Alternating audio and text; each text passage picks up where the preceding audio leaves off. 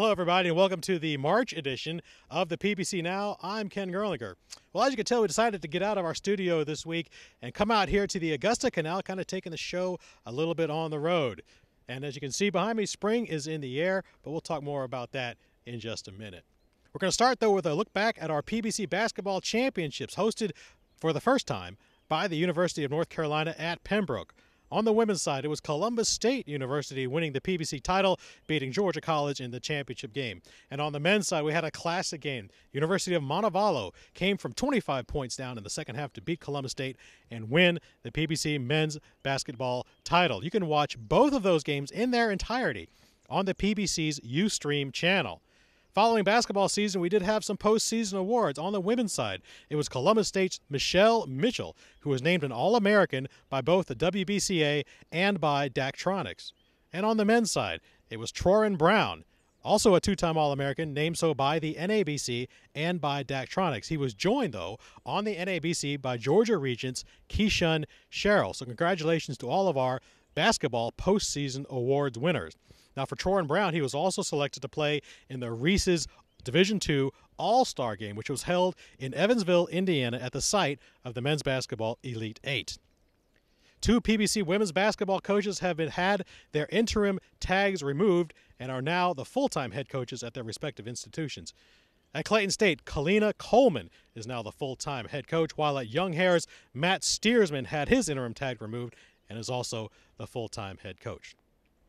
Congratulations to North Georgia head softball coach Mike Davenport, who was named the head coach of the USSSA Florida Pride professional team. Now, Davenport was an assistant coach on that team last year when they won their league championship and has now been promoted to head coach. Davenport is a four-time PBC Coach of the Year. Well, PBC spring sports are in full blast, and Peach Belt Conference players have been garnering some national attention. Lander pitcher Kyle Boraski was named the NCBWA National Pitcher of the Week after he threw a no-hitter against Young Harris at the beginning of March. Joining him on the national scene was North Georgia's Courtney Poole, who threw a perfect game against Tiffin and was named the NFCA National Pitcher of the Week. Well, we moved our location now. As you can see, we are high above the rapids here at the Augusta Canal at the Savannah Rapids Pavilion. And as you can tell, it's a beautiful spring day, and spring sports championships are just around the corner here in the Peach Belt Conference. We're going to start with our Peach Belt Track and Field Championships, which are going to be hosted by the University of Montevallo at their brand new track and field complex on campus in Alabama. We're going to follow that one up with the Men's and Women's Golf Championships, which is going to be held for the first time in Greenwood, South Carolina at the Greenwood Country Club. Lander University will be hosting that April 17th, 18th, and 19th. The following weekend, we move on to our PBC Tennis Championships, which return to the Dr. Eddie Floyd Tennis Center in Florence, South Carolina. Francis Marion will be hosting those events.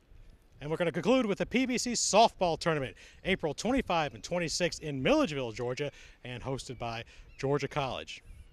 Well, now it's come time to reveal the PBC Play of the Month for March.